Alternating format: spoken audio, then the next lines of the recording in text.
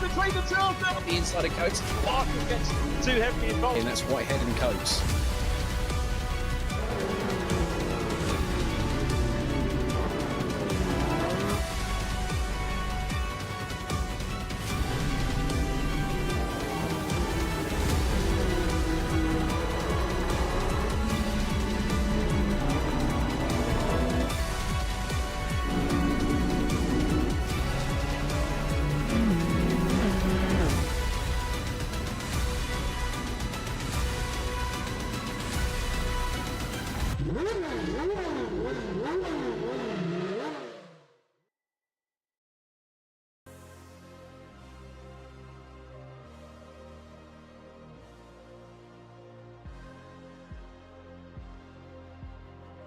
Here we go then, a brand new championship season ready to get underway for the Virtual Reality Racing Club. But as you can see, we're ready to go touring car racing for the first time in 8 events here across this summer. It's the VRRC World Touring Cars Championship, and it is BMW versus Audi in this contest, with the 3 Series and the RS3 LMS TTR going wheel to wheel in the first of 8 events tonight. And what better place to start than in the UK, the home of VRRC and the home of motorsport in the southeast. It is Brands Hatch, it's the Grand Prix circuit, and it's the first of 2 races tonight to kick things off very shortly. Scott Woodwiss here in the commentary box, alongside me once again, as it was at Le Mans for the World GT Endurance, is Becky Aparicio as well. Becky, great to have you back. New season, now with touring cars on the grid, and should be lots of bumper-to-bumper action, as you'd expect in a championship like this with touring cars. Yeah, great to be back, and like you said, what a great track to start off at, and especially in touring cars going around Brands Hatch nice and tight, so it could be an interesting evening of racing. I think it is going to be quite interesting in itself. We look at the championship itself is going to be quite fantastic from start to finish, and it truly is something of a global championship. We're starting at Brands Hatch. It's the first of 8 weeks back-to-back as the drivers get ready to go all around the world. We start here at Brands Hatch, but then we're off to the Cathedral of Speed, Pista Magica, that is Monza next weekend. Next Thursday, the Wednesday after that, we're off to Australia and a real proper old school street circuit, Surfers Paradise on the Gold Coast. Then we head to Portimao, the Algarve International Circuit, reach the halfway stage on August 6th. Cross over to Spa in Belgium, one of the all-time classic circuits, on August 13th.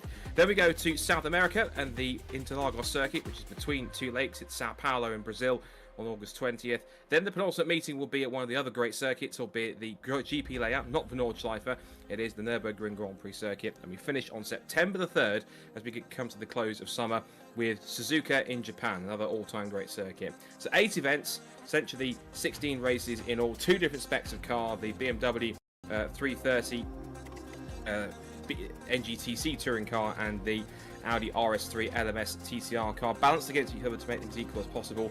And that means, Becky, we've got the true battle of front versus rear wheel drive. There appears to be a roughly an even split of cars in here, so although it might look like on the surface that more people may well have gone for the BMW than the Audi. Do you think that's telling based on how some of the circuits might play out for this season, or is it just personal preference, do you think? Yeah, it'll be interesting to find out from the drivers later on if we hopefully get a mix of some of the cars. So I think it might be down to a bit of personal preference. It's always kind of like, yeah, good at the start maybe with your rear wheel, and then maybe your front wheels will come in a little bit later in the race. So it's just when you want to make the most of the opportunity. Plenty of opportunities for the drivers to really get themselves up towards the front and see which can reign better, either front or rear wheel drive. Of course, the circuit that we're running first of all tonight is going to be a interesting one as well. Now, of course, with this being the first round, there's no top 3s or championship tables to look at because it is the first event of the season, so we don't really know exactly who's going to be the informed drivers. We only get a real sense of who's going to be potentially up towards the front when we get qualifying underway. But you see the spotters guide here, quite a few different liveries. Some are BTCC inspired, the other ones are running some of the graphics and logos for one of our key supporters, our key charity which we're supporting for this event, which is Racing Against Dementia. Really valuable charity, of course, supported and overseen by Sir Jackie Stewart, who's a very important patron and founder of that championship, of the charity. And this should mean that there's been plenty of good racing in store.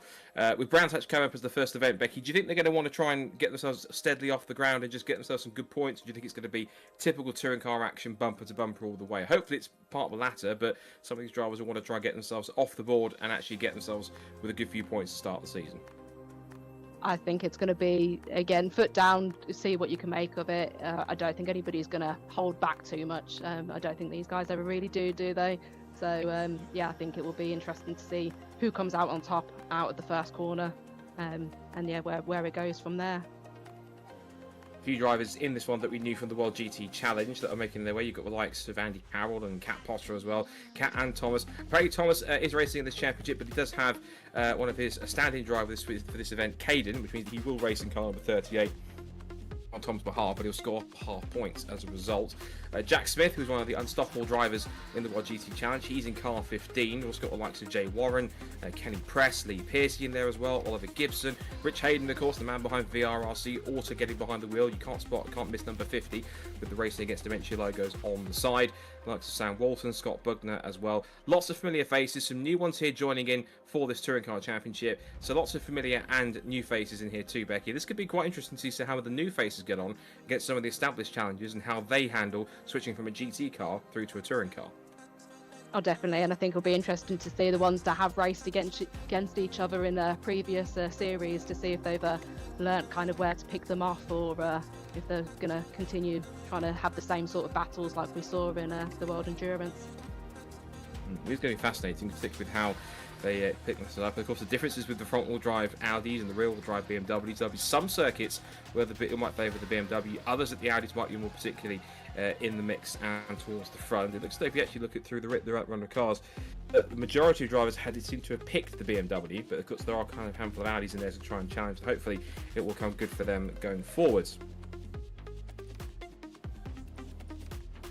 So as we go before we get into qualifying, let's just quickly run you a quick video here, the reason why we're doing this championship in many ways, which is support the incredible charity Race Against Dementia. Here's a quick little video to show you what it's all about before we get into qualifying here at Brands Hatch.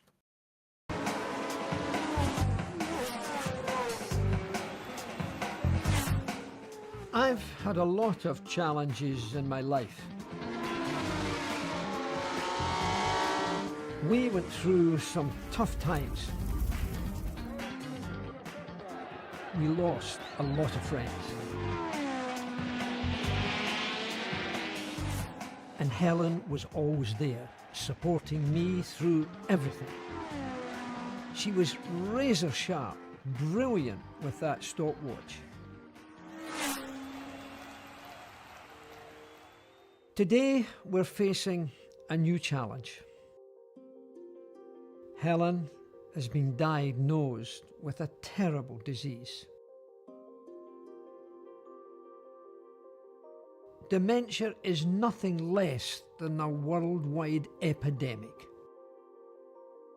Indeed, 1 in 3 people born today will develop some form of dementia during their lifetime unless we can do something to change that. And whilst there has been important research progress, it clearly is not fast enough. When I was racing, a pit stop might have taken 2 minutes or more. These days, it can be under 2 seconds. Formula One moves fast. The pressure to perform is relentless. High technology, problem solving is what we do every single day. By contrast, medical research can be painfully slow. We bring Formula One technology into the laboratories. We've identified the best research talent in the world to work with the leading Formula One teams for a period of time to learn from their performance-driven culture and to adopt their sense of urgency. I developed drugs from scratch, and I followed the Formula One mindset to treat dementia. We need to find new ways of doing things smarter if we're going to beat this really cruel disease. So I'm hoping with my research to find something that has a tangible benefit, drive towards a real change which can be translated into clinic, that can make a difference to patients, because that's what we really need. This is not a race that one person is going to win. Science builds on little puzzle pieces that get put together. There has to be a team effort.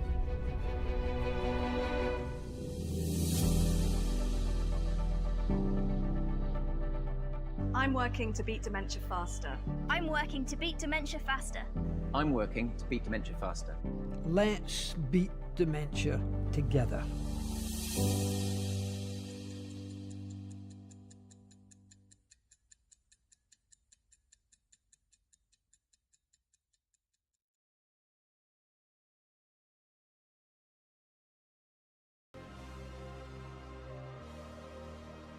What an incredible cause racing against dementia really is, and thank you to them for allowing us to be supporting them in all their efforts to cure something which, of course, is something that we hope no one ever really has to go through, whether it's for themselves or with a family member or so. And hopefully with the racing and support we can give here, Becky, in this championship, it'll go towards some way, however big or small, to supporting the charity and helping it reach its goals of hopefully clearing out dementia once and for all. Yeah, I absolutely agree. I'm sure it's a cause many people can will probably hold very close to their heart, as I can personally say myself. So absolutely honoured to be able to support such a great cause. Yeah, that definitely makes two of us, in particular with someone like Sir Jackie Stewart involved, trying to help his dear wife. That is certainly a cause that everyone certainly can get behind, particularly all our drivers in this paddock as well.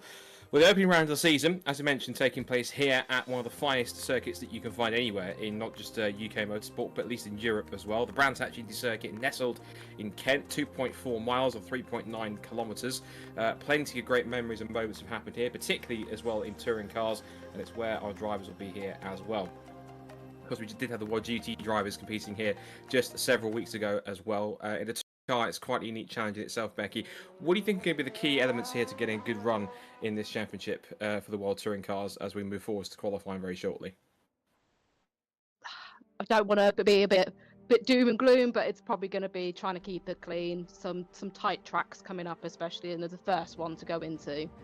Yeah, it could be a little bit tight in some corners, so just making sure it's kept somewhat clean. But yeah, get your elbows out a bit, get your places gained.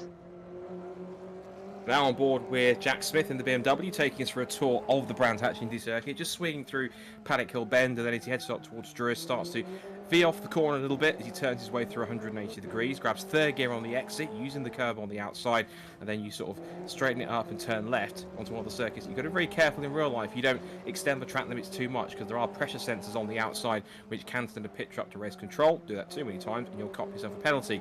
If you go off to the right, you'll be going through the Indy Circuit, but we turn left out of Surtees and up the hill through Pilgrim's Drop and towards Hawthorns as we go onto the proper Grand Prix circuit. Underneath the back straight, this is where many great F1 and sports car races have happened in the past, including, of course, many touring car races, both world and British, over the years as well. Carefully not run too wide on the exit, the first of these right-handers, into the right-hander at Westfield. If the circuit now starts to plunge downhill to head towards Dingledell and then Sheen Curve. It's kind of a blind apex as you turn up towards it, right to the edge of the circuit, help the car rotate, and again, a huge grass and gravel trap on the left-hand side to pull you in if you run too wide. Road curves a little bit through the left-hander of Sterling's, again using all the curve on the exit, and now the short run back towards the pits in the final corner. Under the bridge, you rejoin what would be the Indy Circuit, right round the top of the circuit at Clark Curve, then swing the car all the way through, hug the inside line, and then pitch it towards the left-hand side as you come across the line to end a flying lap here at the Brands Hatch Grand Prix Circuit. It is 2.43 miles or 3.9 kilometres, the time which everyone will try and aim to see if they can try and match in qualifying for Jack Smith, 1 minute 24.27 in his BMW.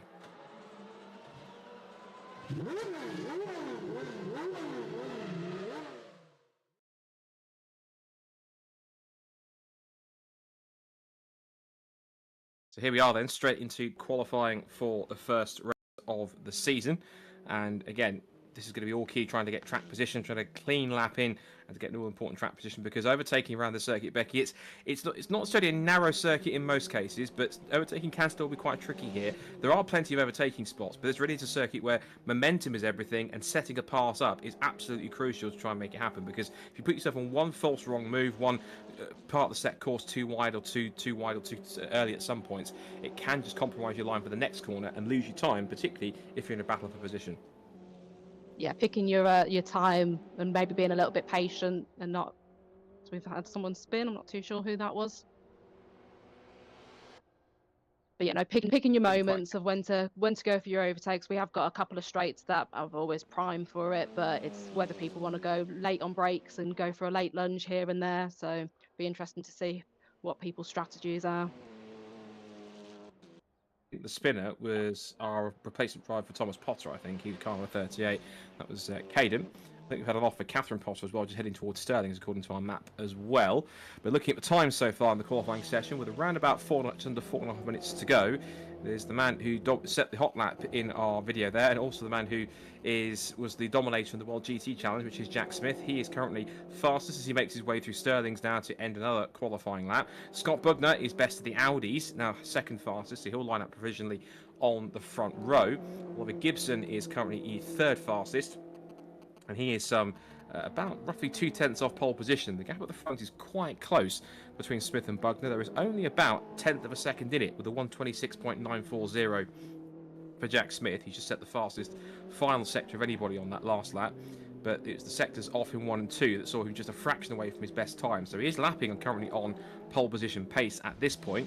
Bugner second quickest, Gibson in third, Jay Warren is in fourth quickest, and he was the fastest driver early in the session. And then Lee Piercy rounds out the top 5. He's then followed by Jamie Page, Chris Blakey, Kenny Press, Rich Hayden, 9th fastest, and Sam Walton in the top 10. And that's quite interesting, Becky, the fact we've got, yes, there are predominantly more BMWs than Audis, but interestingly enough that we've got the vast majority of the BMWs are up there in the top 10. As you see one car going spinning off into the barrier, that was the 5th place car, Lee Piercy, going for a spin. And it's interesting that majority of the BMWs are up there towards the front, but we've got a couple of the Audis interloping in there in the top 10. We've got Scott Bugner second, Kenny Press in 8th. So the Audis are not the most popular choice compared to the two cars. Those that have picked them are trying to get them up there as high as possible. Yeah, it's really interesting to see. It'll be interesting to see if they can maintain it up there, or if again the BMWs will drop off a bit later into actual race situation. We have obviously not lost Andy Carroll, but he's off celebrating his birthday, and he would have been in another Audi. So it's interesting to see how many people have preferred the BMW over the Audi. So we'll see if that's telling at the end of the series, if that is the car that comes out on top. The previous lap there, we just saw Scott Bugner go fastest of all in sectors 1 and 2, but it was sector 3 where he lost pretty much all the time, and therefore his last lap he set was still 2/10 off the provisional pole time. So still is Smith the only driver to go sub 1:27 at this point. So we see him going on another hot lap here, turning his way through Surtees and up onto the GP loop with about 2 minutes to go in the session. Let's see if there's anyone else who's on faster sectors at the moment. We're looking here at Chris Blakey, who's making his way out of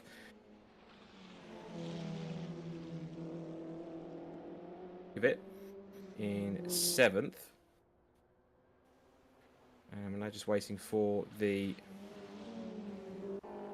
lap to come to a close. See now here, this is watching once again. We are seeing Jack Smith make his way through. Fastest first sector of anybody, so he's still pushing on. So it does seem as though that Jack still has a little bit of pace underneath him, Becky, but it looks as though that on certain sectors where others are either going off or there's yellow flags and people are having trouble, he's not really able to string together 3 purple sectors at once. And yes, he has pole position. It doesn't stop him from trying to keep on pushing and extend that pole margin with just over a minute to go in the session. Yeah, it seems we're not getting too many green or obviously purple sectors at the moment. Everybody seems to be pretty where they're at the moment, but we'll see if anybody manages to pull out a last lap. I say in that Rich Hayden's just got 2 green, so he's improving. Fortunately, middle sector was a little bit slower, so hopefully finds a bit more pace there and jumps up the order a little bit. Someone who has found more pace is our pole sitter, Jack Smith. He's done fastest first and third sectors and put himself even further out in front by almost 4/10 of a second now. 1:26.671 is his now provisional pole time. There's only about 30 seconds left until we get them back again, as we now see the rest of the qualifying session carry on with Jack Smith continuing on in the lead. Scott Bugner second, Oliver Gibson in third, Jay Warren in fourth, and Lee Piercy in fifth. Just if you hear noise in the back, that's my neighbour with a very noisy bike coming back, so forgive me if there's a bit of noise for a moment. We'll carry on. 6th is Jamie Page, 7th is Chris Blakey, 8th now is Kenny Press, 9th is Rich Hayden, and 10th is Sam Walden rounding out the top 10. So looking at the spread of times, it appears to be that we've got quite a close run gap of times, roughly around about, I'd say, about a second or so ish covering the top 10 or so in the times. That should make things pretty interesting going into the first race. We could see quite a congested front half of the pack going in towards Paddock Hill Bend for the first time. Yeah, I reckon it'll be a really exciting start to this first race, whilst everybody susses everybody out and works out their best way forward, and how they can handle their car around this incredible track to go around. Qualifying just drawing to a close, so we'll see how everything lines up when we switch over to the race session in just a few minutes' time. But it looks that Jack Smith is translating the form that he showed in the World GT Challenge now into the World Touring Car Series. With the BMW, puts himself fastest on top of the times, and as I mentioned, he is almost 0.4 of a second ahead of the rest of the pack. If you look at the rest of the times, you've got second, third, and fourth are covered by just over 1/10 of a second. If we now look at where P10 is, P10's time was a 1:28.323, so he's on pole by about, let's say, 1.7 seconds at this point, so quite a big spread of times in that sense. So we'll wait and see how the session plays out as we look towards the end of it. Last couple of cars just coming through to set a time. It's John Wilkie coming through to set his final qualifying time. I thought he was about to immediately band into the pit lane. He said they come across the line anyway and finish the lap time, and crosses the line, and that's his session done. Sets a personal best, but doesn't improve his position, and will stay 17th and last on the grid. Checker flag is out, and we'll go through with the top three in qualifying very, very shortly before we get race one underway in a moment's time. But I think you have to say, Becky, the time which Jack set, being nearly 0.4 of a second up on the rest of the field at least, that might be quite ominous for race one coming up later on. Yeah, I wouldn't place any bets against him at the moment. Definitely carried some momentum from the World Endurance, hasn't he? Yeah, I think he's going to make this quite an interesting spectacle. If he gets out in front, is given the chance to, it'll be quite the interesting. It's quite fascinating to see how we translate that as well. We're going to take a very short break with one of our championship sponsors. When we come back, we'll have a quick chat with the top three from qualifying before race one. So stay tuned. We'll be back in a couple of moments on the other side of this advert.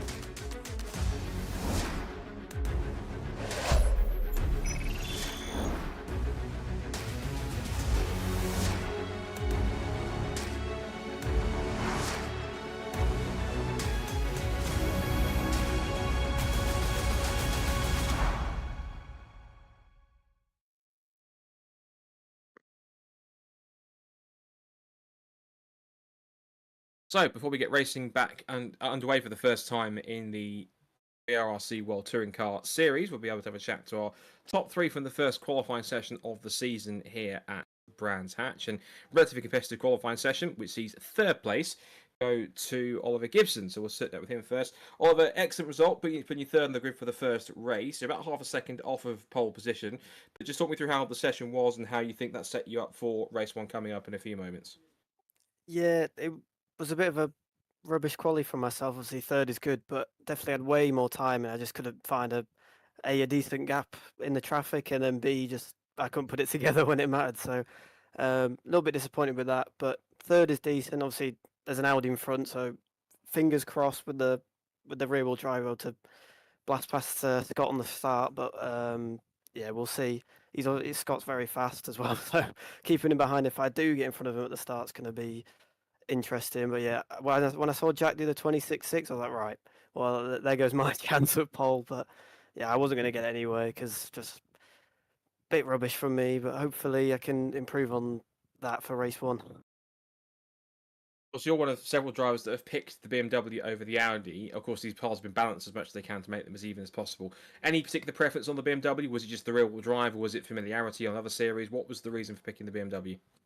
Well, Rich knows I'm quite a fan of rear-wheel drive, so whenever there's a rear-wheel drive, I'm usually up for it. So, and obviously BMW, we've done BMW before, so this car's really familiar. Just obviously, I think the last time we had pushed a past some hybrids, but this time we don't. So it'll make it interesting, obviously, with the Audi as well. But yeah, as soon as I saw BMW, I was straight in, and whenever it's rear-wheel drive, it's for me. So there wasn't really much debate for me choosing the BMW over the Audi. Fair enough. It's all down to personal preference in that sense. Just quickly, chances for race one. You mentioned about trying to beat Scott off a line who's got the front-wheel drive Audi. Is that the aim to try and at least get past him and then try and deal with Jack once you manage to clear him, if you can clear him? Yeah, that's probably the plan, but you never know at Brands. Obviously, turn one is always fun, and I'm on the inside for the starting grid. Obviously, the bank to the main straight, so whether or not the start will be decent enough to get in front of him, or even decent enough to keep the cars behind, we'll see. But just aiming to get through lap one, and after that, just get the head down for 20 minutes and see where we end up. Great job. Well, congrats on third, and we'll see how you get on. And fingers crossed you can get a good start and keep Jack a bit honest in the opening few laps. But well done on third, and hopefully we'll speak to you a little bit later on after race one. Yep, cheers. So next we move on to our second place qualifier, Scott Bugner, highest placed Audi out of anyone else in the field. So Scott, excellent have to put yourself on the front row of the grid. Do you feel a bit lonely up at the front, given you're surrounded by BMWs at the front of the field? Yeah, slightly. But it spices it up a little bit. I think with the rear wheel drive off the line, it's going to be quite difficult to stay in P2. So I think it's going to be just sort of get through the first lap and then get the elbows out and try and get back up to where I qualified. A lot of cars around you have rear-wheel drive. Of course, you've chosen the front-wheel drive Audi. I'll ask you why you chose that in a moment. But you've got the front row, which typically on their outside line has a flatter piece of tarmac, which I've typically seen in real world, gives better starts on the front row, provided you get the bike point and the clutch just right. How do you think you'll be able to get away from the front row in the Audi, considering that you have got a phalanx of BMW rear-wheel drive touring cars around you? Do you think you're going to struggle? Or do you think you might have to get a good run, given where on which side of the track that you're currently on? I'm hoping it's a good run. I mean, I've started on pole in real life here and I went from first to about sixth. So hopefully that's what happens to Jack in a nice way, but I doubt it will. But I think, yeah, I mean, we are slightly flatter. I think, personally, I don't think it's going to make a humongous difference because the traction on that rear wheel drive is really good. I did test it a few days ago to see what it was like. So, no, I'm not too sure, but I'm hoping that we can put on a good show. Fingers crossed you can. Good effort to get amongst the BMWs with second fastest. So fingers crossed, I'll be talking to you a little bit later on when race one is finished. But for now, best of luck, and hopefully the start is good for you and you can keep the BMWs honest in the opening couple of laps. Well done. Thank you very much. That's our second place driver, Scott Bugner, and a familiar sight in VRRC. He must be getting tired of all the time, but Jack Smith, fastest in qualifying. We've been here before, haven't we, Jack? I'm sure you did the same thing in World GTs, which is take pole, lead from the front, and then win the race and go on to win the championship. Although you have just admitted off track on the advert, quote, "I don't know quite how I did that." So, are you quite astonished at your pace as much as everyone else is? Yeah, honestly, mate, we were. You know, Scott and Ollie were in the 26s as well in practice, and I was struggling to get any faster than the 26.8. So it was like really close in practice, and then all of a sudden 2 temps came out of nowhere in qualifying. I don't know, must have just been a unicorn lap, and it's just one of them. But yeah, we'll take it. We'll move forward. Just need to focus on the race now. Yeah, car feels good. Again, like Ollie said, me and Ollie did use this car before. Slightly different, obviously, because no hybrid. Tyres are a little bit different, so it's a little bit to get used to. It seems a little bit more snappier than I remember, so yeah, we'll have to keep that in mind whilst I'm racing around. But yeah, no, really good effort in qualifying, so I'm super happy. Certainly should be. And given the fact, of course, you're on pole position, but you're on the slightly kind of angled part of the inside of the front. Do you think that's going to make much of a difference, even though we're in the sim, or do you think because you got the real drive of the BMW, you should be able to beat Scott off the line, provided you get a good bite and get the lead down towards turn one? Do you think the car can do this and hold you steady towards paddock? I hope so. Get all the weight on the rear when we launch it, so hopefully we can grip it in. But yeah, being on the inside here tends to slide you sideways a little bit, so I gave it a little go, and it's a little bit leery, but I'm sure we'll be fine. We'll make it through. The car's a bit inconsistent on start, so yeah, we'll have to try and figure that out to get through the championship. But yeah, for now, I think I've got a vague idea of how to launch it, but yeah, I guess we'll find out at the start of race one, won't we? So yeah, I'm looking forward to it. For anything like World GT, I'm sure you'll be absolutely fine. Congratulations, Jack, on the first pole, and let's see if you can convert it into victory from the pole position in the front of the grid. So best of luck, and hopefully we'll speak to you later on. Cheers, Scott. Good to see you back. And G, good stuff. Thank you. So that is the qualifying top 3 complete. Racing is getting underway in just a few moments' time. Interesting words from our top 3 there, Becky. I noticed in particular that Scott feels as though he can get a decent start from the front row, provided he can get himself a good launch from the outside. But he doesn't think starting on the flatter part of the tarmac on the outside of the front row is going to give him much more of an advantage, if any.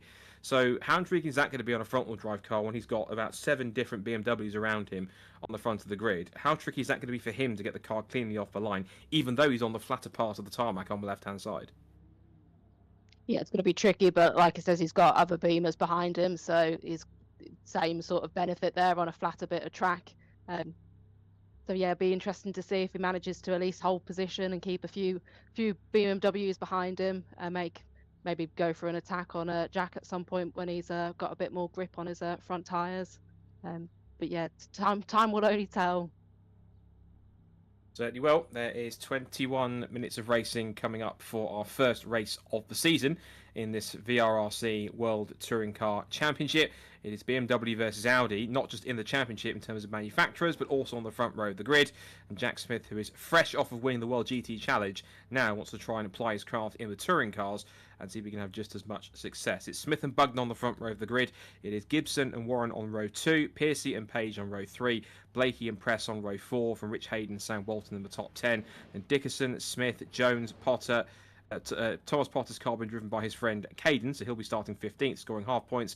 Then Connor Potter and John Wilkie rounding out the 17-strong field, ready to get the first race of the season underway here. So it's 20 minutes of racing, in fact, on the clock, and we will see who can win the sprint down towards turn 1. Is it going to be advantage Jack Smith, even though he is on the slightly angled opposition spot, which is on the inside of the pit straight, or will the flatter piece of tarmac help the likes of the guys at the front of the field, like Scott Bugner, like Jay Warren, like Jamie Page, to get a better start? Because typically some drivers have struggled to get off the line when they're on the slight angle. It's caused the car to just wheel spin and start to drift towards the inside of the circuit, towards the pit wall. So that will be all crucial to see if they can get a better start. Cars are just about in position. We're just waiting for the red lights to come on, which they do now. And we're all set then for the first race of the season. The VRRC World Touring Cars, race number 1 of round 1 at Brands Hatch. It is lights out and we are racing in Kent. And immediately as I expected, the BMWs get a good start. Bugner almost gets swamped by both. Looks like Gibson and Jay Warren down towards Paddock Hill Bend. It's all going to be mining P's and Q's to the first corner.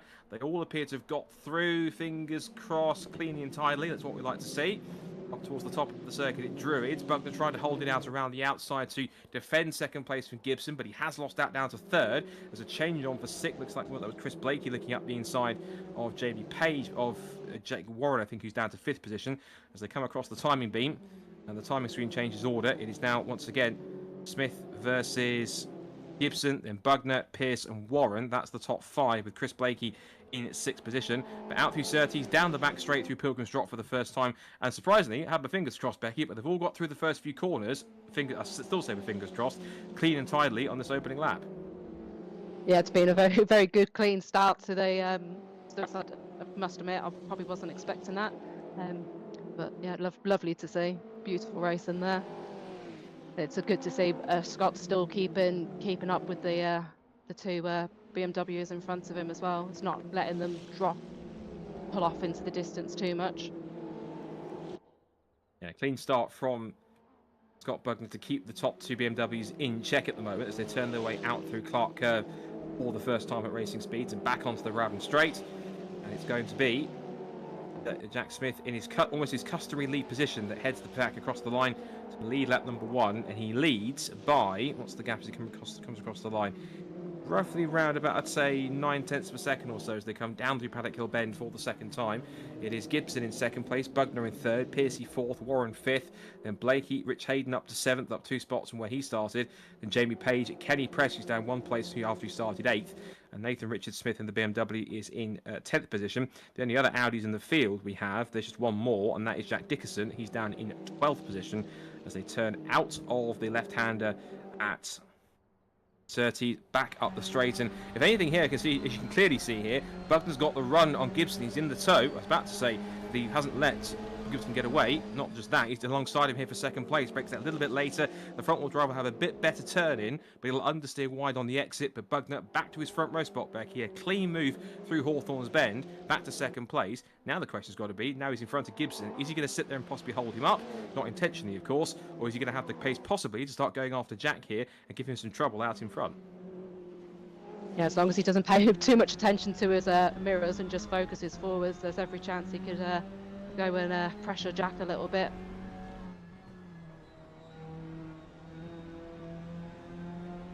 continue to watch now from the driver's view of Oliver Gibson. End of lap number 2. Down the straight, coming towards Paddock Hill Bend again.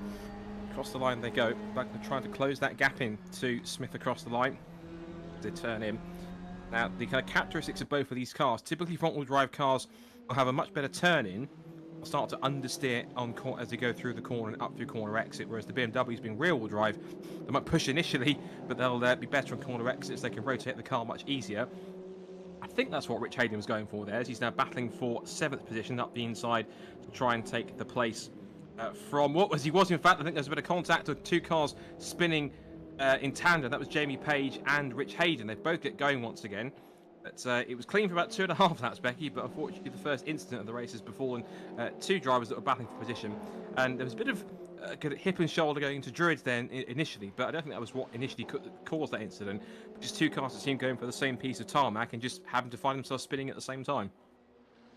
Yeah, unlucky incident there, but again, bit of a race incident, just a bit close, unfortunate. Hopefully they might be able to recover a bit, but lesson learnt, hopefully, and then yeah, try again in race 2, I suppose. I didn't catch which there seemed to be a 3rd car caught up in that, unfortunately, as well. Not in the initial contact, but afterwards seemed to, from trying to take avoiding action, had a bit of a spin as well. So unlucky there. You have to figure out who goes tumbling down the timing screen when it updates on the live timing on the system.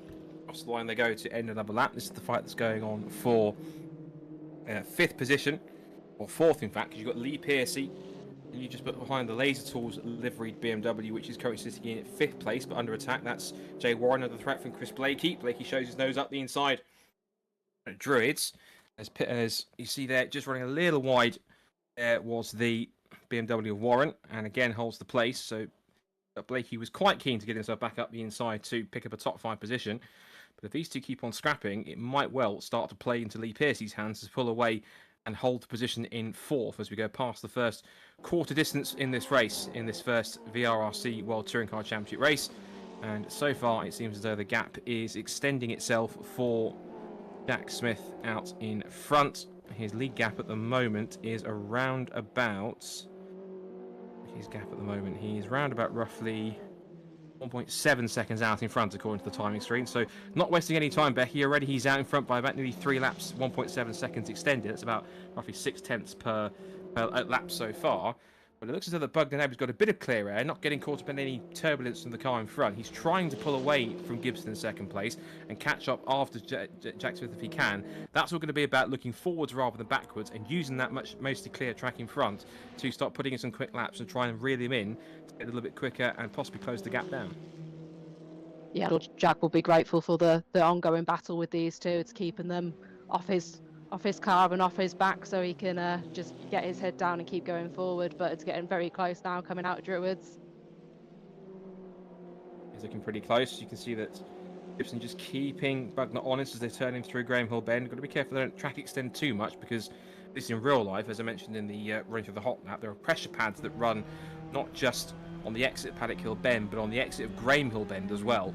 And if you do too much of that, then you do start sending pictures up to snapshots up to race control. You can see exactly who are transgressing track limits, and then they can cop them with a penalty. So even if you do try and complain, well, there's the physical evidence. You've managed to translate it too many times, and of course there will be the track limits penalties and time penalties that will be in the sim as well if you do that too many times. On board with Oliver Gibson, watching the very end of the orange and grey Audi in front in 2nd place. Bugner by far and away the best Audi on the grid. Majority of the field going for the familiarity, if you like, of the rear-wheel drive BMW. These two cars, remember, they are essentially two different touring cars, if you like, in a way. If you look at the models, at least, the Audi is essentially the RS3 LMS TCR, which whilst the BMW is pretty much the most recent spec, BMW 330i M Sport NGTC British touring car, but they have been balanced to make them pretty much as equal as you can make them, so it's all down to driver skill and driver ability. And as you mentioned, even if there are less Audis in the field, if you're someone like Scott Bugner that can make this setup work, it certainly will be to his benefit, even though he is in front-wheel drive. So this is a real front versus rear-wheel drive battle that we'll see all the way throughout the season in all 8 events over the course of the championship. As we're already heading towards half distance, and Looks like Jack Smith has got around about a 2.5-second lead out in front from Bugner and Gibson. This is the fight for fourth going on between Piercy and Jack J. Warren. And they've both dropped Chris Blakey behind in 6th position. So everyone's starting to pair off into groups in 2 and 3 already here, Becky, in this early stage. See, it's pretty clear that Jack Smith is trying to pull away from the 2 cars behind, but this is the closest fight we can see for fourth. It looks as though these 2 BMWs of Piercy and Warren are quite evenly matched as they head towards Hawthorns. Yeah, it seems like it's been a bit of an ongoing battle for these two, so might be a bit of a back and forth between them for the whole race and see who comes out on top out of them. Make the way out of Westfield and now over the crested Sheen curve. Now we go on board with 5th place Jay Warren. You get to see his onboard view as he turns in, using plenty of the wheel to chase after 4th place man Lee Piercy. And come underneath the canopy of the trees, the shadow of the trees, under the bridge in towards clearways, and back through onto the Brabham Straight now once more to complete another lap. Again, we're closing in on half distance already, and Warren prefers the wider outside line to set himself up for Paddock Hill Bend. If you swing in, and if you visit the circuit in real life, that drop through Paddock Hill Bend is much steeper than it looks in the sim. It's a very steep and long drop that you get all the way down to the bottom of the hill. You just feel the car compress as you hit that bottom, start to climb back up the hill towards Druids, that circuit that cut the corner that's ever so slightly on a bit of an angle as you go through 180 degrees, but it is one of those great corners that will really test low speed handling. Now, as you mentioned, off of the Cooper Straight through Surtees, now climb back up, and that's one of our back markers that is a little further back. I think that's Wilkie, who is a bit far back in the order. Yeah, John Wilkie in the BMW, who has been lapped by the leaders. So interesting enough, bit of a stalemate for some of our front runners so far, Becky, but you just feel as though that if they're going to keep this close, it just takes one small slip up, and one of them could be the catalyst for a major change in position if someone makes a mistake or goes off and runs wide. Case in point there, Scott Bugner almost running wide at 2nd place, and now I think it looks as though visibly that Gibson is closing back up to the Audis to come out of Sterling. So I think 1 or 2 mistakes and Bugner starting to creep in here as we hit half distance, and possibly in 3rd place Gibson starts to smell a little bit of an opportunity to try and reclaim 2nd place and possibly try and chase after Jack in this second half of the race. Yeah, as you mentioned earlier, with it being quite a momentum track, as soon as you lose that little bit of momentum, the guy behind you is right there. So it's making sure to keep it as consistent as you can throughout every single lap, and yeah, making sure you don't give up any mistakes for somebody to be able to slip by.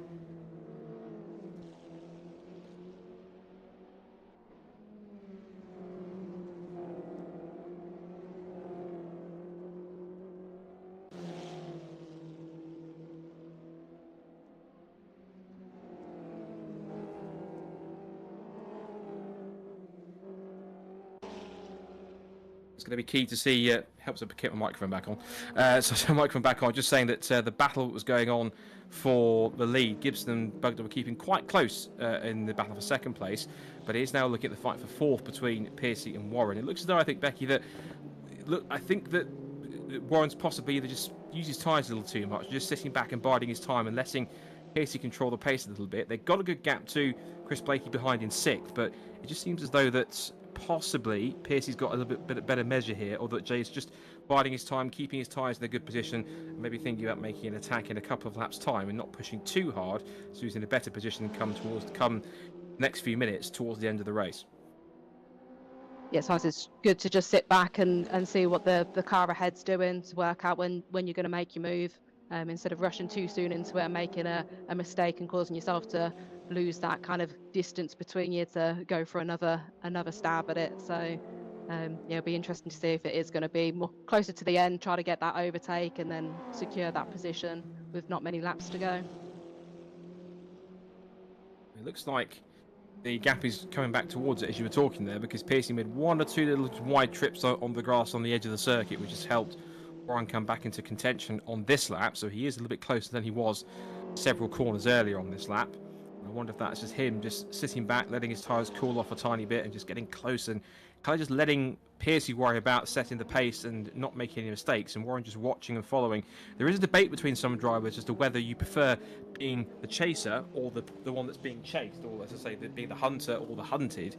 Of course, I guess the advantage of the hunter is you can put the pressure on, you can essentially almost in some ways control the pace of the car in front and force them to go quick if you want to, and then they might be prone to more mistakes if you start to push them a little more. We're seeing some more of that again as we see Gibson now a little bit closer to the back of Scott Bugner again, just taking a tighter line through the left-hander up the hill, and a little twitch of oversteer from Gibson. So it just shows Becky that he's pushing, maybe pushing with the twitch a little too hard trying to keep up with Bugner. But I think that also says as well, even though it is one of the only front-wheel drive cars in the field, Bugner's driving it pretty well indeed, getting that second place on the grid and maintaining it here and forcing Gibson to really have to work hard to just at least keep up with him, let alone try and make a move to pass him. Yeah, doing a great job of keeping him behind at the moment. Yeah, and giving Jack quite a decent lead as well. But you know, Scott's doing great with keeping him behind, but not being pressured by probably seeing him a lot in his mirrors at the moment. But yeah, just getting the job done, keeping his head down, keeping focused, not getting too distracted by him, probably weaving back and forth behind him, and yeah, making sure to make the littlest mistakes he can, if he is going to make any, to make sure it's not going to be detrimental to him.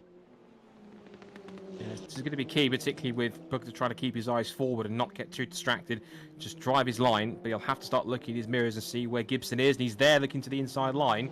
And that's the first time we've seen Bugner try and defend. He was going to the inside to just kind of V off the corner and defend a possible move from Gibson there. He locked up a little bit and ran wide, which has cost him a couple of car lengths as a result. So that's the first real challenge that we've seen for Gibson, trying to retaliate after he lost second place in the opening lap to Bugner. As they come out now of Surtees, back across the crest and now towards Pilgrim's Drop and back to Hawthorns. So a little bit of a touch of a mistake there from Gibson there, Becky, but he's keeping Scott in his sights here. We go back to the battle for fourth place because that's now closed up between Piercy and Warren. So I don't think this is over yet between these battle for second and fourth. They are getting pretty close now to the point where we could see them imminently change. And we've still got under 4.5 minutes to go plus change on the last lap. So I wonder possibly if we're going to see some last minute moves here if these battles go all the way to the final lap.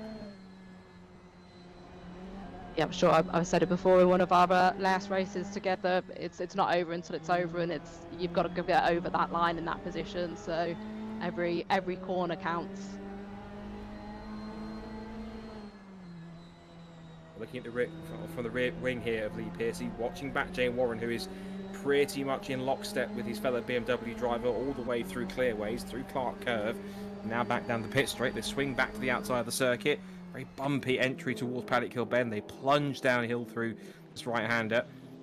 It's one of those really tricky corners where there's no possibility, I don't think, you could ever take Paddock Hill Bend flat, and it's really a circuit that you cannot. This not just a circuit you can't take liberties with, it's a corner you can't take liberties with, because I've seen so many people try to go diving down the outside and make a slingshot move up the inside, and many times it's worked, but other times it just hasn't come off for Boston dearly. I think Jay Warren here just possibly trying to bide his time just a little bit as they go through Surtees. Up the hill again, twitch of oversteer as Warren gets on the power. You can see he wants to try and keep the gap close. He'll start to close a little more. He'll edge back towards the rear end of Piercy's car as they come down the hill towards Hawthorns for another time. They are on, as with laps that they've completed, they have completed 11 laps, so they're on lap 12 at this point, with over 2 minutes 45 on the clock to go. Warren getting a little closer to this back section of the circuit. Back to our scrap for second. That still hasn't changed. You just see Jack Smith in the background there, sweeping through on his own. The gap is now about just over 5 seconds between first and second, and Bugner now doing a lot more defending than looking forward because he's been mainly watching Jack Smith drive away here. Now, I'd say we've got roughly around about 2 more laps left to go here, Becky, in this one. So for the battle for second and fourth here, this is going to be a case both for Oliver Gibson and also for Jay Warren. They're going to make these moves stick. They're going to have to make them work now. Otherwise, they're going to have to forever hold their peace and stick with third and fifth respectively. So if they're going to make this challenge, they're going to have to get on with it. Yeah, we might see a few late dives coming up. It'll be interesting to see if anybody makes them stick.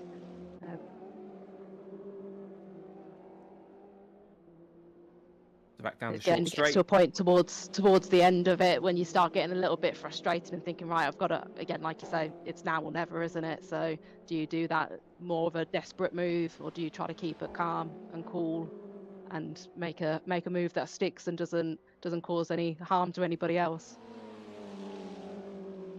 Well, either way, the driver's going to have to make a decision on what line of attack they're going to approach here. Up for second, so far ahead of these guys for fourth, but they've turned out of Westfield by the time they exit Hawthorns.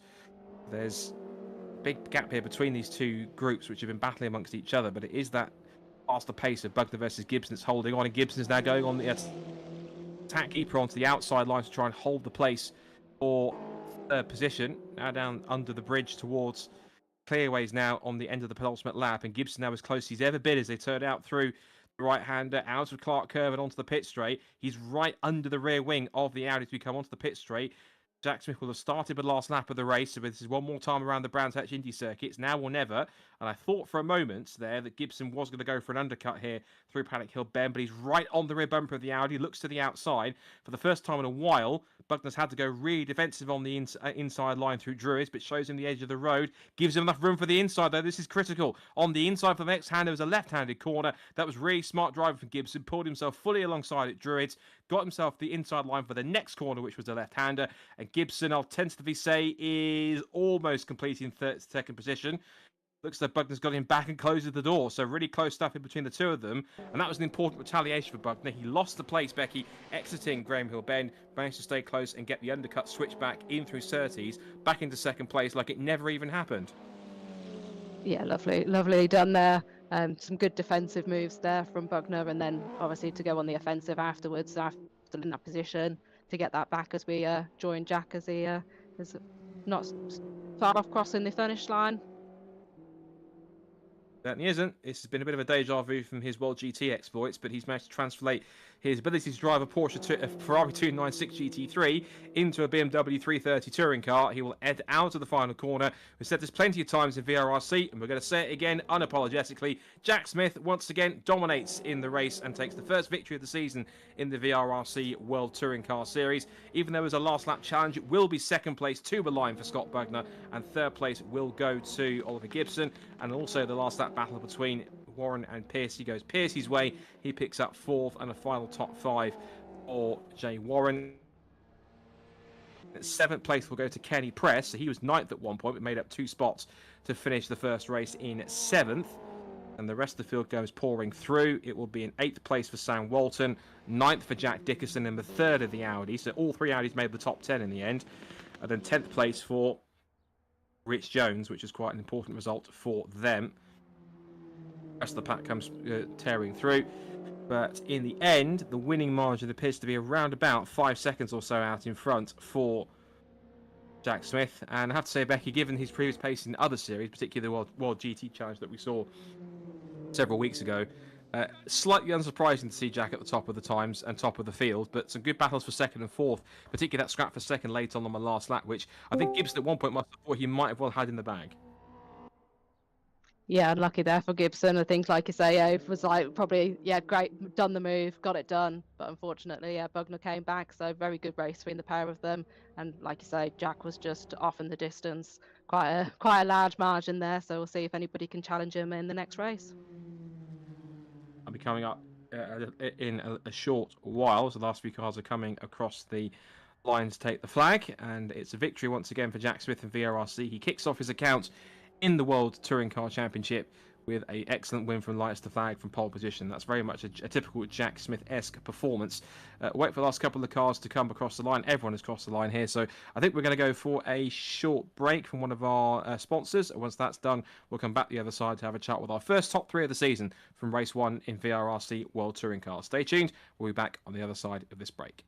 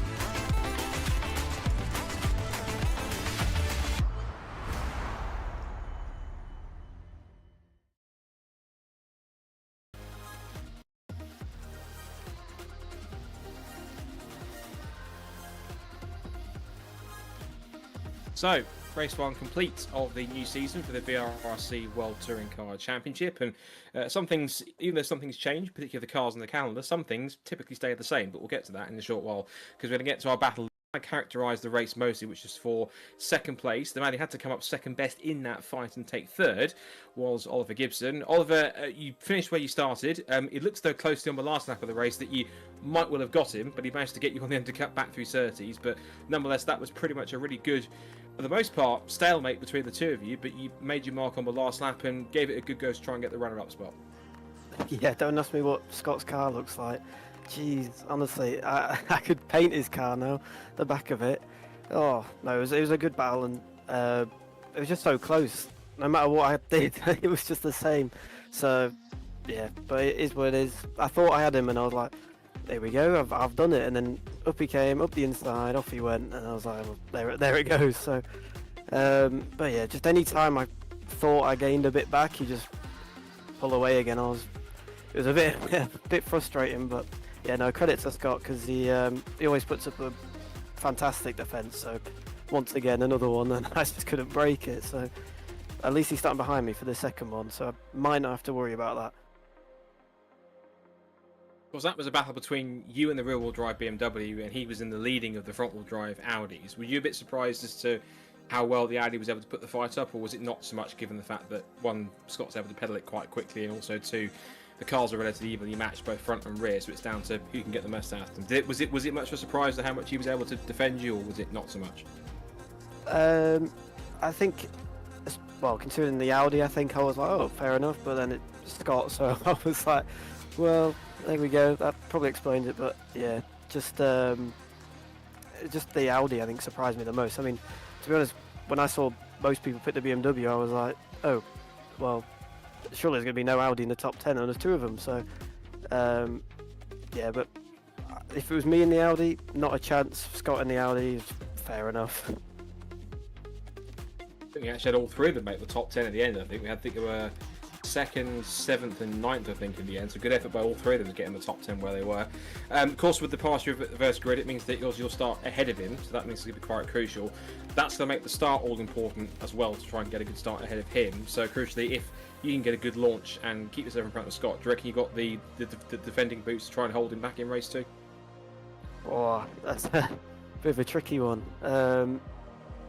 Who knows? I mean, I'm just going to try and make as many positions as possible, and then hopefully everyone else can hold him up as long as they can. And obviously with Jack as well behind me, it's never a good sight. So I'm sure eventually both of them will be past me, but I'll try my best and see if I can just get to the front as fast as possible and avoid some carnage that I'm sure at Brands is always inevitable. So we'll see how it goes. For the Australian's sake, give it a red hot go, and hopefully you'll do a pretty good job and manage to help make it happen. Well done for 3rd place, and fingers crossed you can be a couple of places higher or so on the podium for race number 2. Yep, cheers. here from third place man Oliver Gibson. We'll rattle through the other two. Second place Scott Bugner.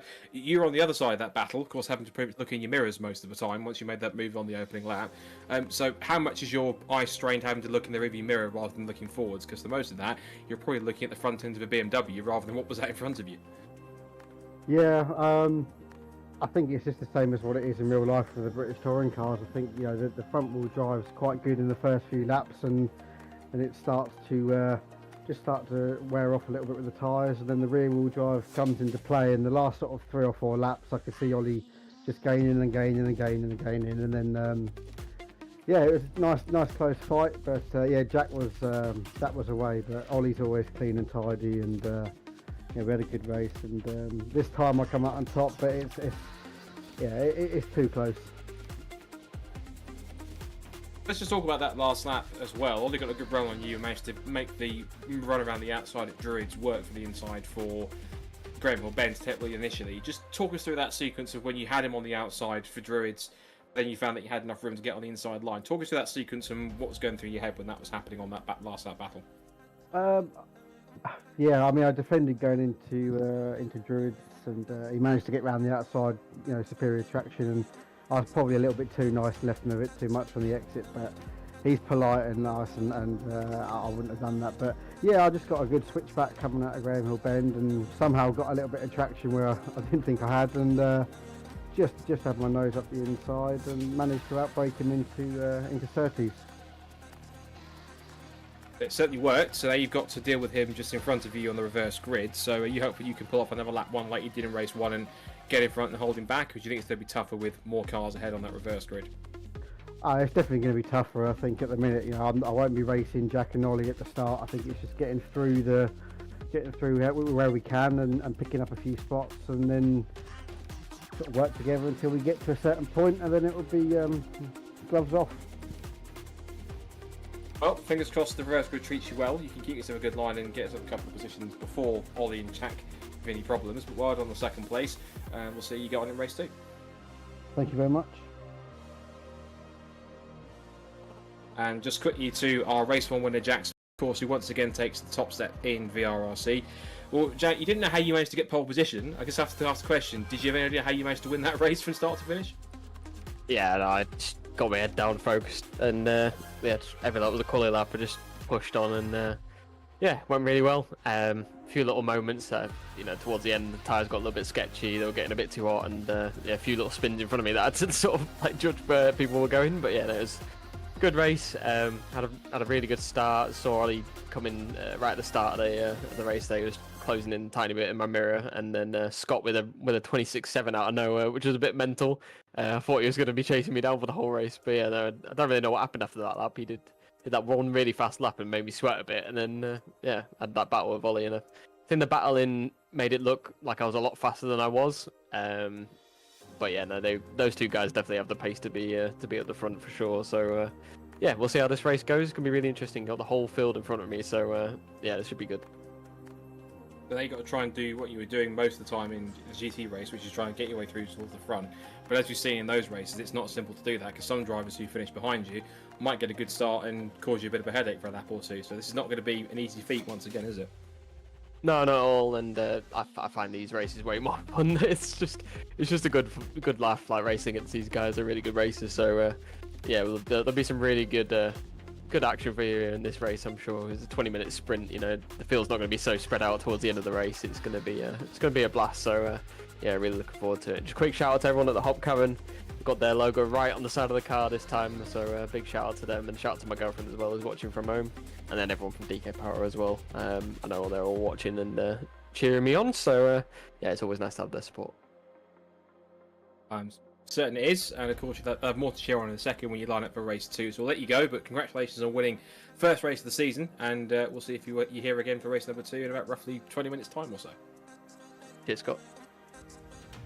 No worries. So that's your top 3 for race 1 of the World Touring Car Championship. VRRC, getting in set for race 2 very, very shortly. They're already lining up on the grid, just about ready to go. Just quickly, Becky, before we get underway, partial reverse grid, which means we've got the top 10 reverse from race 1. In fact, it's practically the entire grid reverse from race 1. That's going to make it pretty tricky for the drivers towards the back to pick their way through. An extra challenge, but how do you think they're going to get on with this extra added challenge of being right at the back and having lots more cars in front of them? Yeah, I'm really looking forward to seeing how the top 3 especially get through the pack. Where they pick the moments.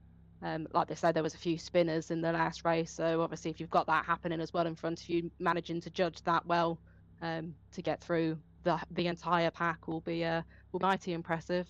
So I'm sure we'll have maybe a few closer moments, a few sort of tense moments, but yeah, I'm sure it's going to be a great race.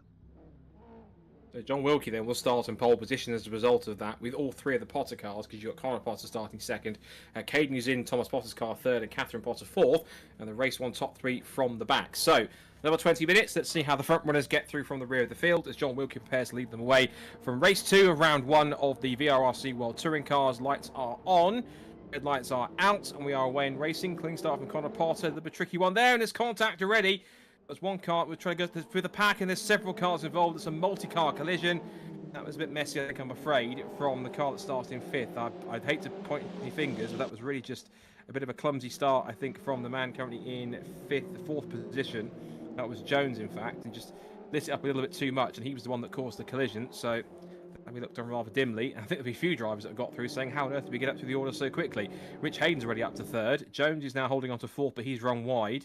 Wilkie's been shuffled back down to around about 7th place, and it's now Connor Potter who leads from Caden, who's standing in for Thomas Potter in 2nd place. Hayden's in 3rd. Jones, who I'll argue, to be blunt, he was the cause of the incident there in 4th position. Warren's up to 5th. Gibson's 6th. That's for Jack Smith. He's into 8th. So 9th, in fact, and Bugner's 10th. So a very messy start there from one car just getting too much wheel spin off the line. And as a result of that, it caused absolute chaos behind him. Yeah, there was a lot to take in on that start there. Unlucky with maybe a foot down too far to start with.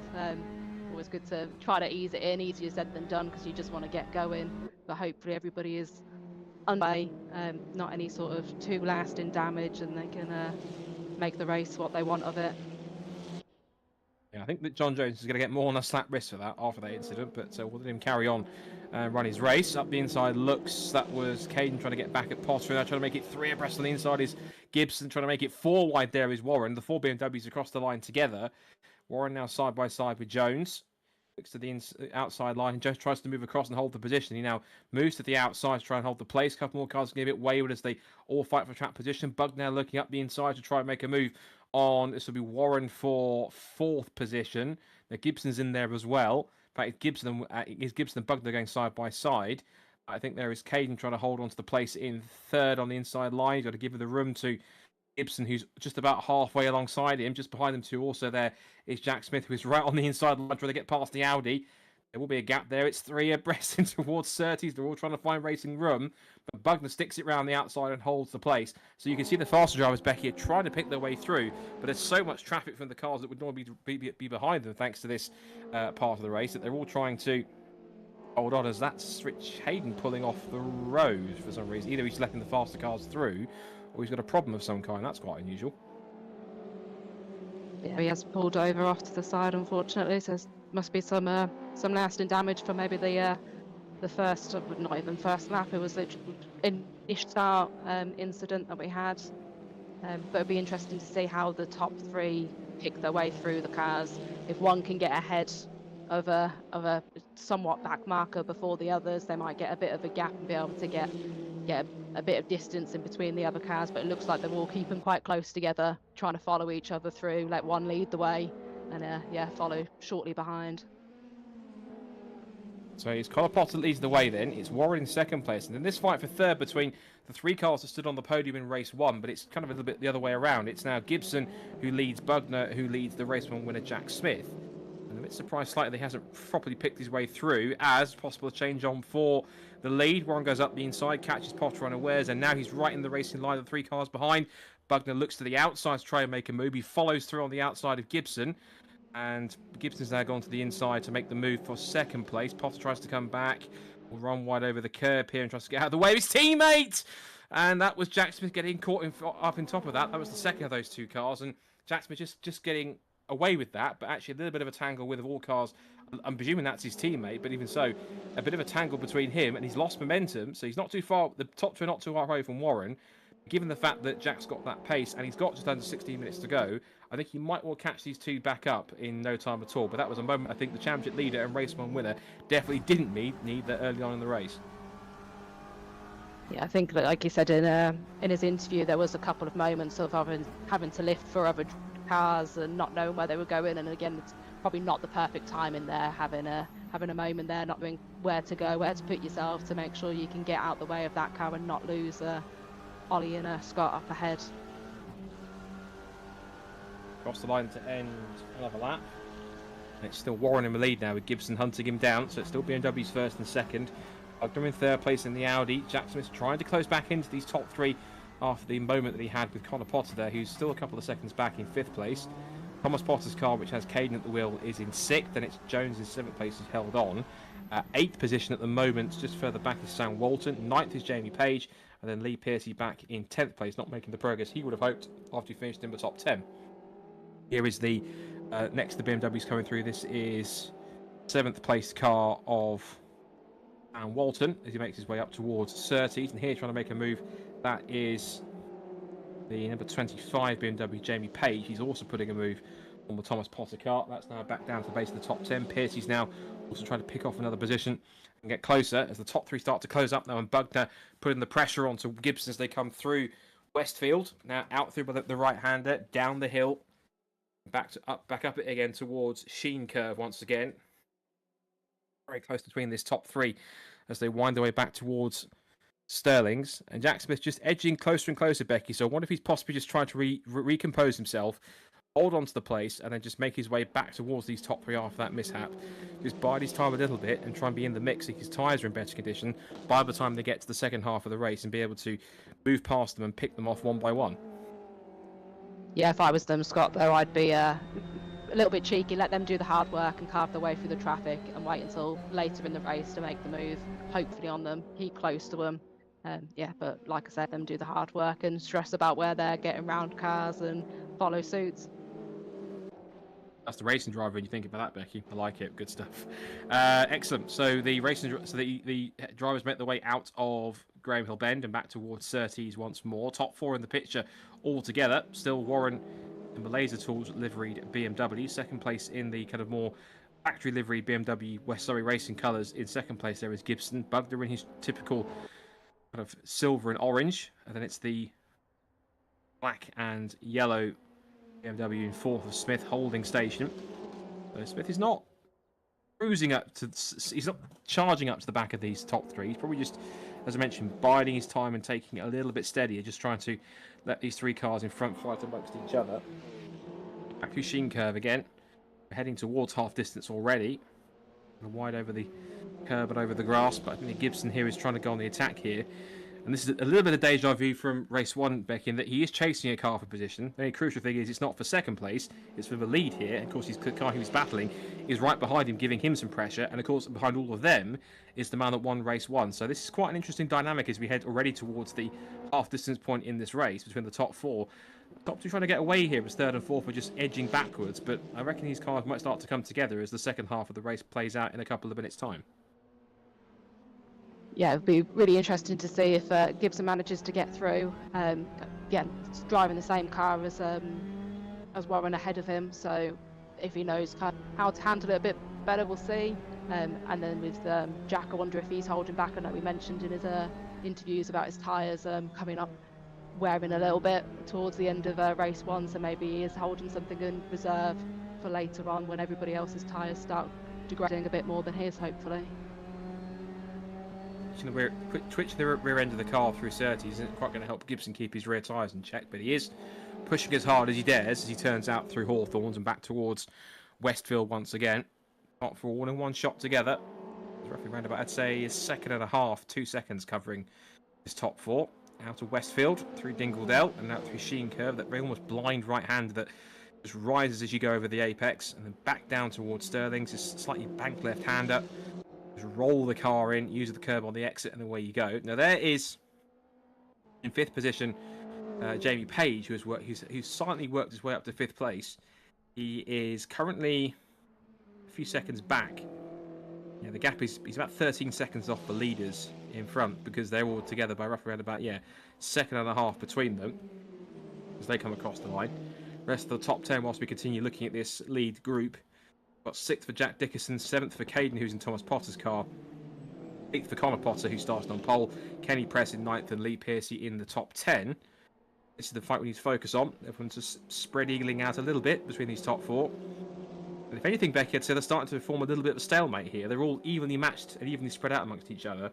As we talked about in race 1, it only takes one of these cars to be out of line, particularly in this first 3, to really change the complexion of this quartet and possibly change around some positions. So particularly the one that's most at pressure is Jay Warren. He's got 3 very fast touring cars that all finished up on the podium in race 1, giving him plenty of headaches as we go into the second half of the race.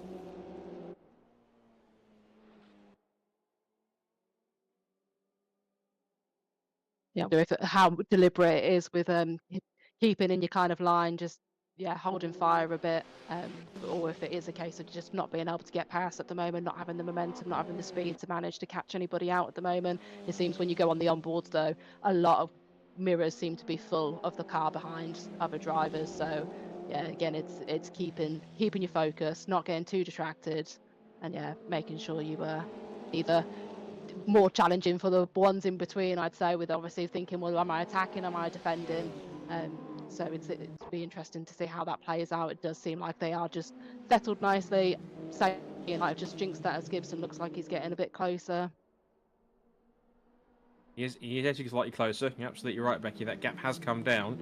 Gibson, I think, just started to mount his first proper attack for the lead here. And of course, if these two keep on getting into quite a heavy scrap, it's only going to bring both Bugner and Smith into play as they come out through the left-hander at Graham Hill Bend, down the straight towards the left-hander at Surtees. They'll climb back up the hill onto the GP loop once more. We have gone past half distance. We've got under 9 minutes left in this second race of the evening, side by side for position. That's Kenny Press moving past the Hayden, who's racing Thomas Potter's car this evening. So that's now moving for 6th to put the second of the Audis just into the top 6. And in terms of Dickerson, who is now in 5th place, so Jamie Page has dropped down the order. Jamie Page was in 5th position. He's now dropped down to, where's he gone? Jamie Page. It was Jamie Page, but it's now showing that Dickerson. Where's Jamie Page got to? I think he's connected, unfortunately. That would make perfect sense, seeing as I can't see him. So yes, there he is, the boss of the timing screen. I've managed to spot him. Thank you for that. So he's now out. Means that it is now, as I mentioned, in 5th position now into the top 5 is Jack Dickerson, and it is now all 3 of the Audis into the top 6. They're certainly proven their prominence in the front running pack in this first event already. Gibson is looking very racy here, right on the back of Jay Warren. He's bided his time in the first couple of laps. He's going to have to try and pick his moment carefully here. He almost made it stick in race 1, but going round the outside at Druids to take the inside line for the next corner at Graham Hill Bend. Now he's gotten close, hasn't quite managed it. You can just see what I mentioned is starting to happen. Both Bugner and Smith are closing in. This could very well be a 4-car fight for the lead if it plays out that way, because looks like Gibson tried to close in and mount an attack on Warren, didn't make it stick, and though he stayed close enough to continue challenging, it's just brought the Audi and that 4th place BMW of race 1 winner Jack Smith back into play here. Under the bridge, down the hill towards Hawthorns now on another lap with just over 7 minutes to go. 8 laps completed. Lap number 9 they are currently running on at the moment. Nose to tail between the top 4. Warren, Gibson, Bugner and Smith. It really is that close. You just sense, Becky, that there's going to be one small slip from one of these 4 drivers, and it's about to kick off big time for the lead. Yeah, that's all it's going to take is just that little mistake from one of these drivers and the others to capitalise on it. Just, it's who you're going to call for it. It's very close at the moment. It'll be Ghostbusters, that's for sure. It's certainly one of these 4 drivers out in front as well. I couldn't resist. Anyway, the top 4 down the pit straight, 6.5 minutes to go. And it is still Jay Warren in control, but Oliver Gibson again getting close down the pit straight and through Paddock Hill Bend. Now he's not close enough to mount a challenge that he tried on Bugner at the end of race 1, but he is keeping that Laser Tools livery BMW at bay. Meanwhile, just behind him, look at Jack Smith in the kind of almost the metallic-y black and yellow car behind in fourth position, pressuring Bugner, who runs quite wide on the exit of Graham Hill Bend. He can't do that too many times, otherwise he might well get pinged with a track limits penalty. I think Jay Warren's starting to feel a little bit of the pressure here, because he was a little wayward off through the corner in the middle of Surtees. Now they race off back onto the GP loop, down Pilgrim's Drop, and Gibson's as close as he's ever been in the slipstream. Tucked in under the rear wing, darts to the outside towards Hawthorns, knows that Warren will have to go defensive, so he'll look for that undercut through the exit towards Westfield, which he is going to try and get. He tries to put himself alongside, isn't close enough, and slots back in. With 5.5 minutes to go, Becky, it really is starting to be action stations here. I think Gibson's realising that Bugner's quite close, but so too is Smith. He's going to make this move. He doesn't want to wait till the last minute. If he can try and make it happen now, he'll take any chance he can get, particularly as Bugner is looming large in his mirrors for second place. As he makes a mistake as I say that, and that was the commentator's curse. That was as through goes Bugner, through goes Smith, and that, I think, Becky, was simply just Gibson trying to go around the outside of a move that possibly wasn't going to happen. Warren was always going to take the outside line on the racing line. He stayed close in fourth, but now he'd have to reset himself at the back of the grid whilst Bugner takes his chance to a lead. Yes, we've got Jack Smith as well, close behind, flashing his lights, wanting to get past, and that's Bugner looks like he's just managed to get round through the inside to get up to Druids. As Warren's might just about hang on, as he's got the inside then for a little bit of a touch there between the two. And then that's unfortunately Warren gone. We've got Warren off, yeah. Warren's off the road, and that was a little bit of a contact on the exit of Graham Hill Bend between Warren and Bugner, and looks at possibly two cars coming together on the same point. Just that little bit of contact just got him loose enough, and around he went. So Warren then, after leading so long from the start of the race, is right back down to still showing as fourth. Now becomes the scrap for second place. Now Gibson has to try and repass Smith here, and again trying the outside line, but loses that momentum. Try again on the exit, gets a wider approach. He's not close enough to put himself fully alongside for Westfield. Now as they come out of the corner, over the curb, and a wiggle there for Smith. That could be the chance that the third place car Gibson needs. They're side by side into Sheen corner, and through he goes. And that's where you need one small wiggle, one small mistake, and the drivers behind will instantly capitalise. Gibson up to second, Smith down to third. But all this, Becky, has allowed Scott Bugner to get away here and pull out a couple of seconds lead. So as I've said it before, the harder these two fight each other, the easier it is for the cars in front to make a break. Yeah, and it was said in the interviews as well, it would be get through the pack and then gloves are off, isn't it? And it definitely kicked off a little bit back then, but good to see obviously the top three still going. Unfortunate for Warren there. And then, yeah, see if we can get some battling going on. Bugner does look like he's trying to get a good distance between the battling BMWs behind him, so we'll be hoping they keep battling and he can just keep going forward and secure the win. I wonder if Jack Smith will realise that if he doesn't fight Gibson and goes with him, he could possibly be dragged into a position where he could potentially win this race if he can not only use Gibson as the drag along to get himself to the back of Scott Bugner and then try and pick off both cars in these closing stages. We're into the last, I'd say, maybe 2 laps to go after this. Depends on how much time we've got left on the timing screen. If they get around enough with, let's say, enough time left, I mean, lap time-wise, they're currently doing around about 1:27s at the moment. If they can get across the line with more than 1:27 left to go, they should get 2 more laps at the end of this one as they carve their way back out through Westfield. So Bugner looks pretty comfortable, at least for the moment, in the lead position. Looking back here at the 10th placed car of John Jones, he's now got Sam Walton behind him and Connor Potter in front of him as well, also with Thomas Potter's car, remember, that's Caden driving that car in his place. And now we see there, I think in the background, that was Sam Walton looking to the outside to make a move on Jones. He's going to be steadfast on the inside line to hold the position, which he is, as Caden also holds off the other BMW of Connor Potter. Through Westfield they go. Still this battle continues on. Just in the background there, I think looks like it's Catherine Potter who's hovering around in 12th position, but this is 8th, 9th, 10th and 11th all together on track. It's behind Connor Potter, I think. Catherine Potter, I think, in 13th there I saw was Chris Blakey. He hasn't really made that much progress up there. As now we go, this is side by side for position between the other 2 Audis, and off the road it's gone Dickerson. Dixon, I think, was trying to go down the outside of Kenny Press, just dipped the wheel onto the grass or the gravel and went sideways. He's managed to get going again. I think that was him being a little too ambitious, using a little bit too much of the track, Becky, on the outside line, and it cost him dearly as this fight continues on for position. Yeah, you have to be so careful with all the gravel round. It's not a fun experience of getting a wheel caught in that gravel down paddock hill bend. It can be quite nerve-wracking. Not like I'm speaking from experience or anything. Oh, definitely not. I perished the thought. And there was contact there. That was Potter and Walden, I think, and that was Connor Potter just elbowing Sam Walton out wide under braking up at Graham Hill Bend. He bounds his way back onto the circuit, but Walden's down to 13th now, with a lot of work to do to try and get back forwards.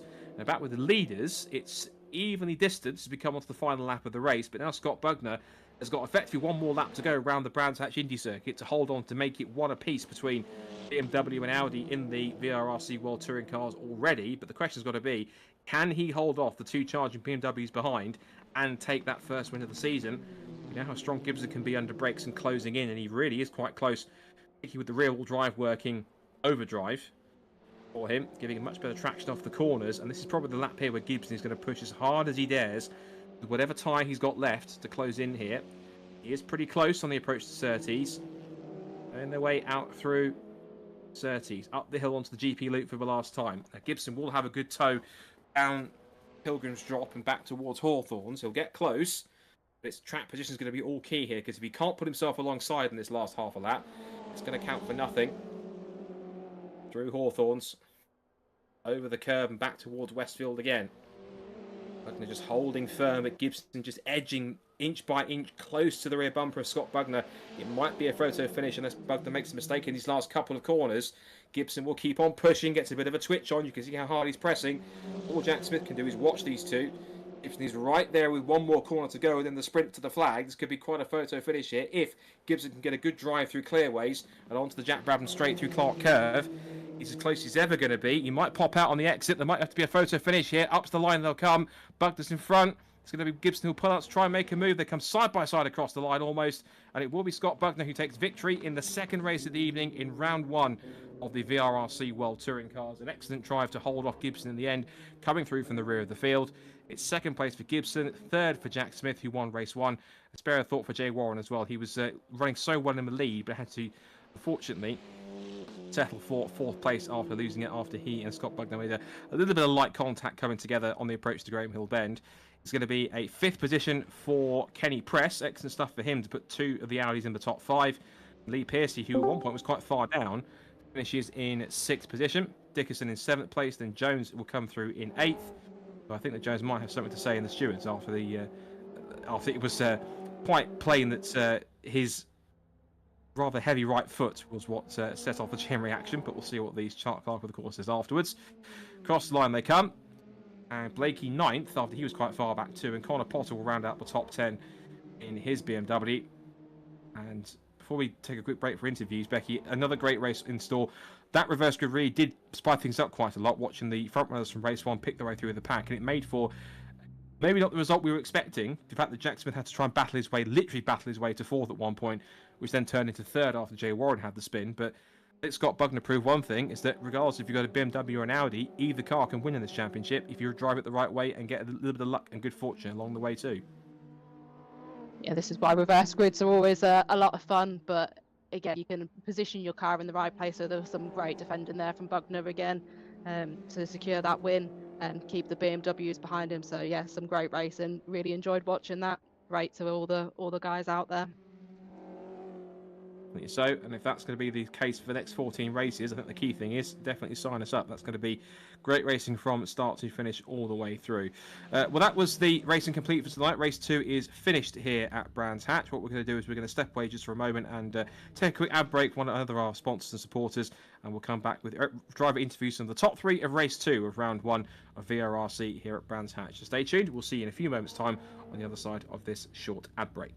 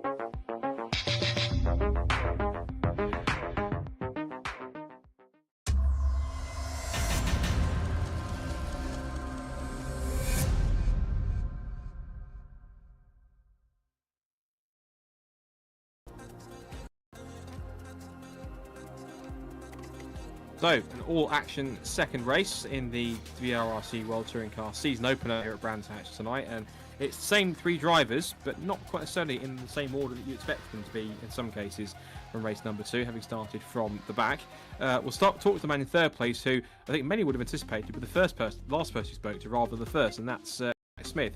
I guess the key question is, Jack, you win third place, not in first. What are you doing there? Jokes aside, it was a tough one, I think, going from the back to the front. It wasn't quite like the GTs where you had to fight your way a bit more and a bit more gap around you. You really have to properly get your elbows out in proper touring car style, and I think somehow pick your way through whatever happened at the start of the race. Yeah, no, I saw it all sort of happen at the start. I was like, oh god, we're gonna have to pick a side here, and pick the right side of what I thought was the right side initially, and I thought I got through, and then all of a sudden this car came in front of me like sideways, and yeah, nowhere to go. I had to go straight into him. So yeah, not good. My aero was a bit buggered. I think my best lap was like 3 tenths off, so it lost a little bit. But yeah, I was able to keep up with the guys. Just didn't have that little bit extra mid-corner grip that I would like to sort of have a battle with them, which was a bit disappointing. I was hoping to get mixed in with it, but yeah, it is what it is. I tried my hardest anyway, and we got P3 in the end. Yeah, really happy with the result, and you know, the guys up front were racing really hard. It was really good to see. So yeah, just happy I could be a part of it. You were in that lead group towards the end, chasing the top 3 in front of you, and then after Jay had his spin, I mean, giving you carrying a little bit of front splitter damage from what happened at the start. Do you have anything outright pace to try and make a move for those 2? Was it simply just make the most of what you had and hope the 2 in front came together and gave you a bit of a free pass through? Yeah, I was only really able to stay on with them because I saw, you know, when Scott was in free air, he just sort of left me. So I was like, oh well, I'm gonna have to wait for all of them guys to come together, and then I can maybe catch up. And you know, when Ollie had that little moment, I got past, and yeah, I caught up to the guys when they were battling with Jay as well, and then that was really good. We were like 3 wide going into T2, which is a bit sketchy, but you know, it was really fun. I like just making situations like that. It makes it interesting. So yeah, it was really fun. Really enjoyed it, and yeah, hopefully we can see loads more like that for the rest of the season, because that would be amazing. Next up is Monza, of course, a little bit different circuit to Brands Hatch, predominantly where literally speed and straight line speed and just all-out pace is going to be the key thing there. How do you see that race turning out with the BMW, with the touring car? Do you think that you could be back on the pace and back to where you were in race 1 today? Yeah, we always try to be on the pace, so yeah, we'll give it a go. I've got to get on it straight after this, give Rich's hot lap, so I'll be doing plenty of practice for it, and yeah, definitely be trying to get back on that top spot again. So yeah, I think it's all guns blazing for Monza.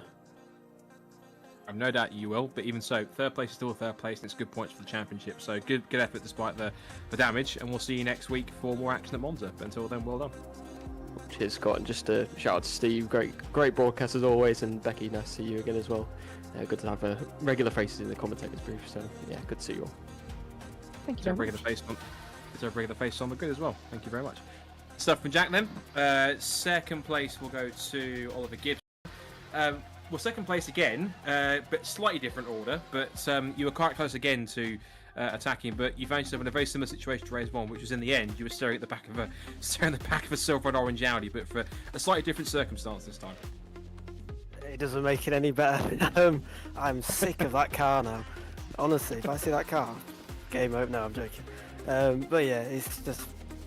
It was a good race. We got very, very lucky on that start. I don't know what happened. I just saw a blockage of cars, so slammed on. I was like, right, let's just make sure I get through this with no contact. Made it through that, and then yeah, we just had an almighty battle, as you saw. And I drove off the track. I was going for it. I was like, right, round the outside.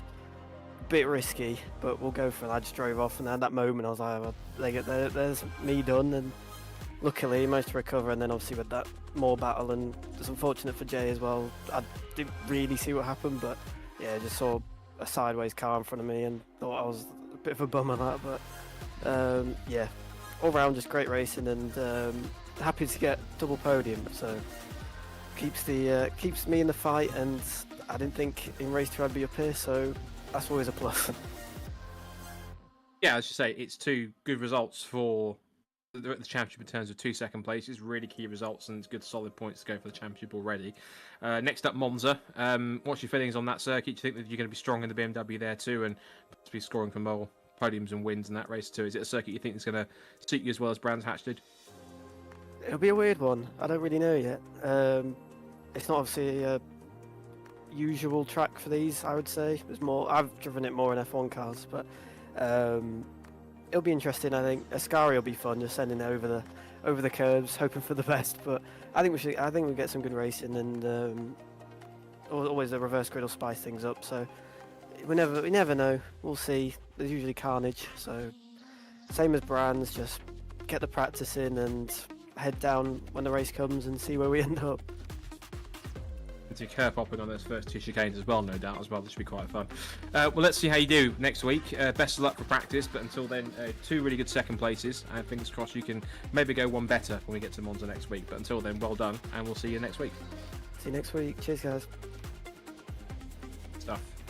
And our race 2 winner, who was second place in race 1, but managed to get to the top step, and now makes it 1 apiece between BMW and Audi, which is Bugner. So, Scott, excellent job to, I think, first of all, pick your way through that melee at the start of the race when several cars were all over the place. Once you did, you had the pace, so you managed to keep that red trio of very hungry BMWs behind you and give the 4 Rings the first victory in the season. Yeah, no, it was a bit of a hectic start. It was just slam on the brakes and go through like I would be going to the shop on a normal road and tip my way through, and then head down and then chase the rest of the guys. But yeah, it was a really good race. I enjoyed sort of carving my way through the field and getting a win out of it. It was great. You had the 3 BMWs right on your tail for most of that race as well, and of course there was the little bit of a tangle that came between you and Jay towards the end of the race as well. Was that just 2 cars going over the same piece of tarmac, or just circumstance where you were on the road? Just talk us through that briefly in terms of what happened.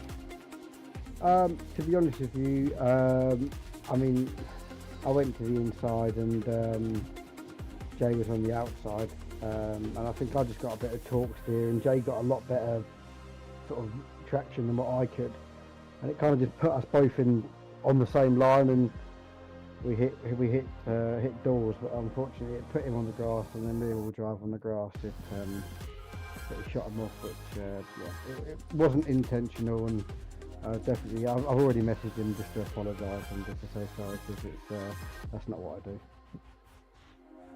It did look like, from my humble opinion, looks like just 2 cars going with the same piece of tarmac, and that's what it was. But if there is anything after that, of course, I'm sure that Richard Kerr will look at it in the steward's office afterwards. But still, an excellent result for you, which was, essentially 2 second places. Second place in the win, which gives you some really good points for the championship. Now to Monza, as you mentioned, we talked about how it could look from a BMW perspective with the other 2 drivers. From a front-wheel drive perspective, how do you anticipate the Audi will perform in Italy next time out? To be honest with you, I think it will actually do quite well. I'll probably shot myself in the foot now, but I think that the Audi will probably take the curb slightly better, especially sort of the first chicane, the second chicane, and the Ascari. I think we'll be able to, Rich doesn't like these words, but track limit wise, we can push it as much as we can. But actually, I think our car will definitely suit the higher curbs and the bigger curbs than what the BMW will. I think it upsets the BMW and unsettles it. Obviously, they'll have to back out of it, whereas we can keep our foot flat and straighten the car up. So, yeah, fingers crossed. It's another one of these nights would be absolutely fantastic. I'm sure you'll be shooting to try and get another victory, or at least get yourself back on the podium. But for now, congrats on getting Audi's first win in the championship so far. It's so early in race number 2. And fingers crossed practice goes well for Monza next week. And we'll see you there, all being well. See if you can do it again. Congratulations. Thank you very much. And thank you, Becky, as well, for the commentary. Thank you. That indeed. Good stuff. So thank you very much to Scott to taking the victory in race number 2. And we'll see if he can replicate that in Monza next time out. So 2 races complete, still 14 more to go in the championship. It should be fascinating to see how that progresses. As you can see, we've only got to wait a week until the next round, which is the Cathedral of Speed, La Pista Magica. That is the Autodromo Nazionale Monza, which is just situated just outside of Milan in Italy, home of the Italian Grand Prix, and quite a venue in itself. Becky, just final words reflecting on an eventful start to the new World Touring Car season. 2 different winners in Jack Smith and Scott Bugner. It's a winner piece for Audi and BMW. I think typical kind of action that we really expected from this championship. And I think if that's the case for the next 14 rounds, I think you'll agree that sign us both up for that, because that was pretty good action from start to finish. Yeah, it was a great evening of racing once again. Good to see that actually both BMW and Audi, they're kind of on same sort of footing at the moment, so it'll be interesting to see if it lasts like that throughout the rest of the season. But yeah, great racing, and again, we're going to be looking forward to all the reverse grid races now going forward. That's going to be Becky's speciality. She wants the reverse grid races now, which is excellent. Again, Becky, thank you for your efforts. Great job in commentary as always. Good to have you back once again in the box for this one. Thanks to all of you for watching. Thanks to our supporters, which is all of our sponsors, and of course to Races for Dementia, which is our main charity that we're supporting in this championship as well. Do go to check them out, donate and support them if you can as well. For myself, Scott Woodwiss, and Becky Aparicio, from Rich Hayden, everyone at VRRC, and everyone involved in the championship, thanks for watching, and catch us same time next week for round 2 of the VRRC World Touring Car Championship. We head to Monza to see if Jack Smith and Scott Bugler can keep up their winning ways, or someone else will step up to the top step of the podium. But until then, bye for now. See you next week.